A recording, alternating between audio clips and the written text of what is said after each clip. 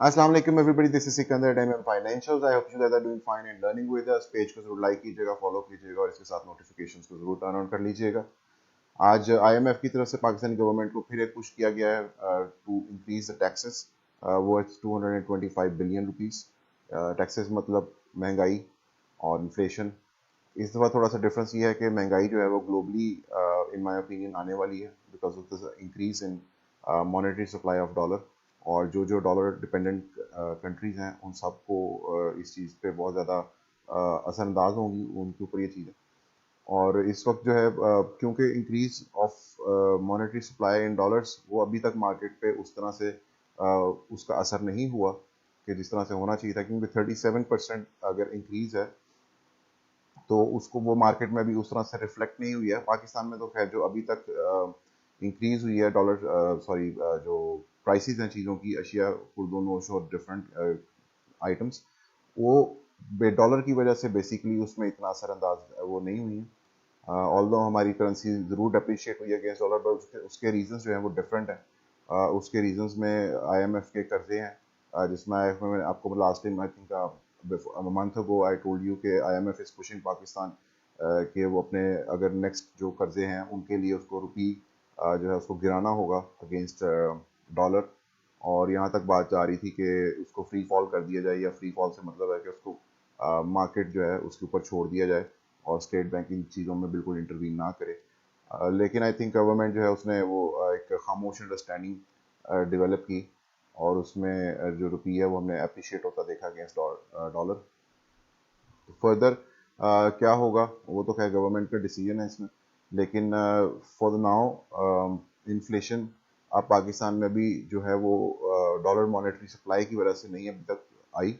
अभी ये हमारी एक अपनी पर्सनल जो मसले हैं कर्ज़ों के और डेट में होने के, उसमें जो हम इनटॉलरेंट होते जा रहे हैं डेट के, वो चीज़ इंक्रीज हो रही है जिसकी वजह से इन्फ्लेशन पाकिस्तान में बढ़ रही है ऑल ओवर द ग्लोब। अभी इस चीज़ का जो डॉलर की वजह से इम्पैक्ट आना है वो भी बाकी है, और वो कब तक आएगा? आई थिंक जब चीज़ें सप्लाई चेन पूरी दुनिया की जब नॉर्मलाइज होनी शुरू होगी, it is that that time that people are going to realize कि जो चीज़ें हैं वो पहले से बहुत ज़्यादा महंगी हो चुकी हैं, और जो बाइंग पावर है उनके रुपए की या डॉलर की या किसी भी करेंसी की वो थोड़ी रह चुकी है because of the increase in supply. तो एक ये चीज़, और दूसरी चीज़ ये कि पाकिस्तान को जो है वो आईएमएफ हमेशा से जो है वो फिर मना लेता है, मौत दिखा के बुखार पे राज़ी कर लेता है।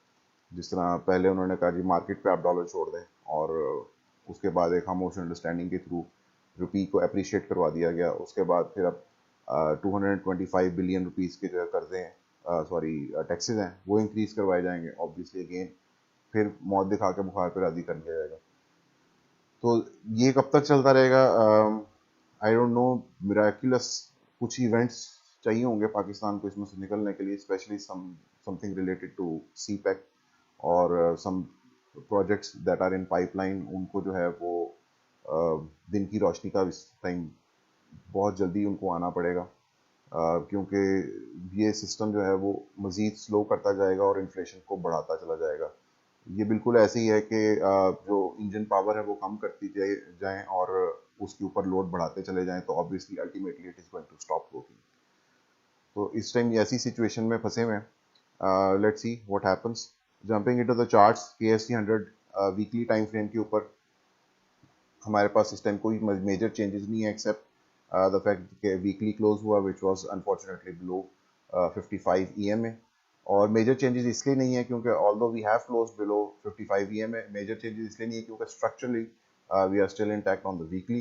स्ट्रक्चरली मैंने आपको पहले भी बताया था कि this 0.236 level of Fibonacci retracing from the March 20 lows 43,840 approximately, ये लेवल जो है it needs to hold on the weekly. ये ज़रूर हो सकता है कि ये जो हमने लास्ट वीक नीचे यहाँ पे बनाई थी, we can again come back to these levels and swipe these lows again. और जब तक इसके नीचे क्लोज नहीं होता तब तक वीकली के ऊपर जो है I think we should stay hopeful. Daily time frame में चले जाते हैं। डेली टाइम फ्रेम के अंदर हमारे पास again we are again below the 200 EMA, 200 simple and 21 EMA। 21 EMA जो है वो अभी तक एक हैवी रेजिस्टेंस साबित हो रही है, और जो शॉर्टर टर्म टाइम फ्रेम है आवरली बेस पे उसमें हमारे पास जो बाउंस था वो 50 सिंपल और 55 EMA से रिजेक्शन होती चली आ रही है, you can see it over hair. लेकिन यहाँ पे अब इफ़ यू कैन सी कि हमने जितनी दफ़ा जब रिजेक्ट होकर नीचे आए तो हमने हाई लो और हाई के साथ हायर लो भी बनाया।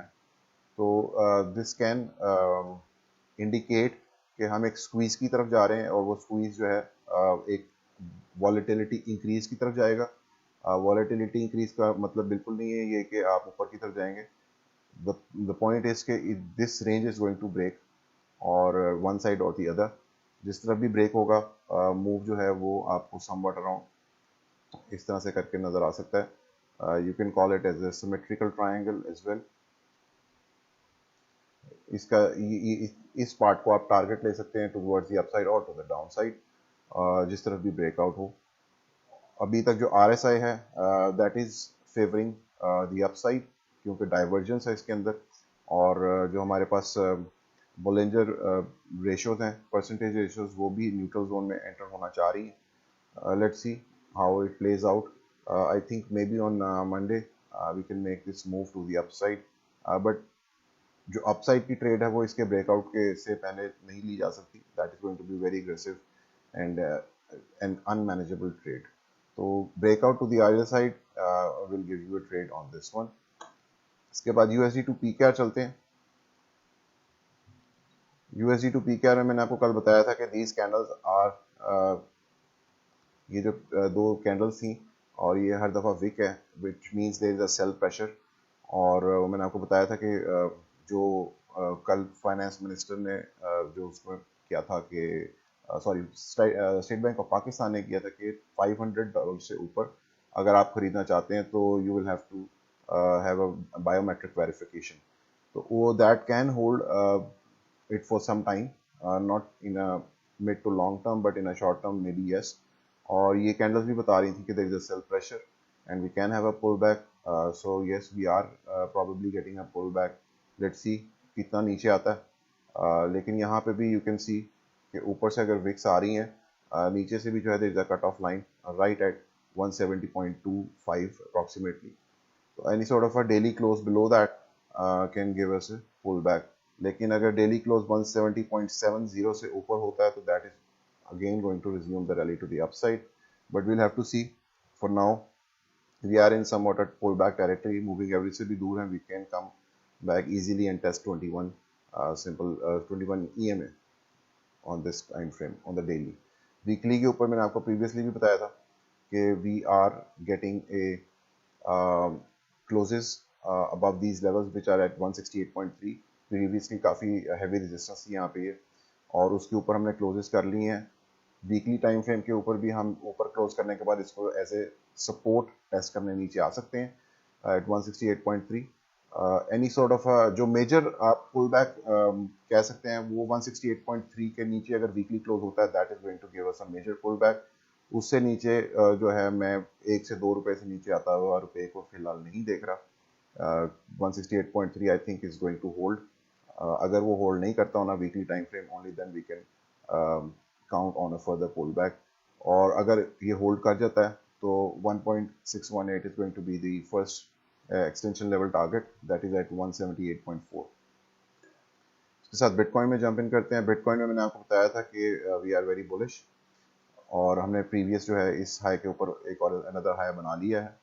और यहाँ पे अब हमारे पास 54,780 पे अप्रॉक्सीमेटली ट्रेड कर रहा है।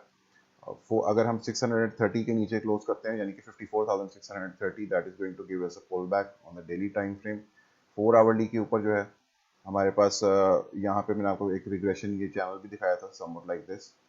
एंड अभी हम इसको पूरा टच नहीं किए नीचे आके, we are going in a sideways manner. और हमारे पास जो इसके पास क्लोज है that is going to be 44,662 which is already happened। so 4 hour is going to either continue in a sideways manner or in a uptrend manner। तो फिलहाल bitcoin is looking very good. बड़े time frame पे भी इसको देख लेते हैं on weekly time frame.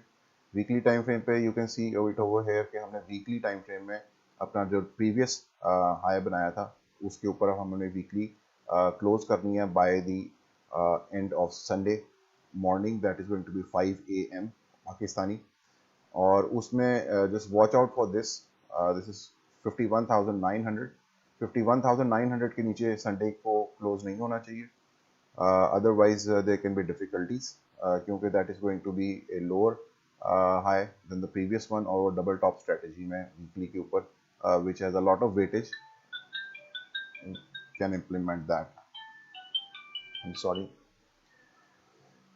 तो यहाँ पे आपको ये वॉच आउट करना है फॉर 54,757 से नीचे 51,900।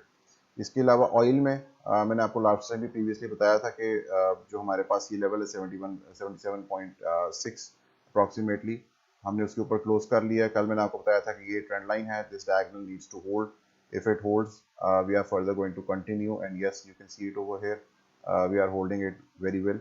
और हम अपने अपने अगले टारगेट जो हैं टुवर्ड्स 86.2 वो इनिशिएट कर चुके हैं, और let's see how soon we can hit that. इसके साथ ही मुझे इजाज़त दीजिएगा। अल्लाह हाफिज़।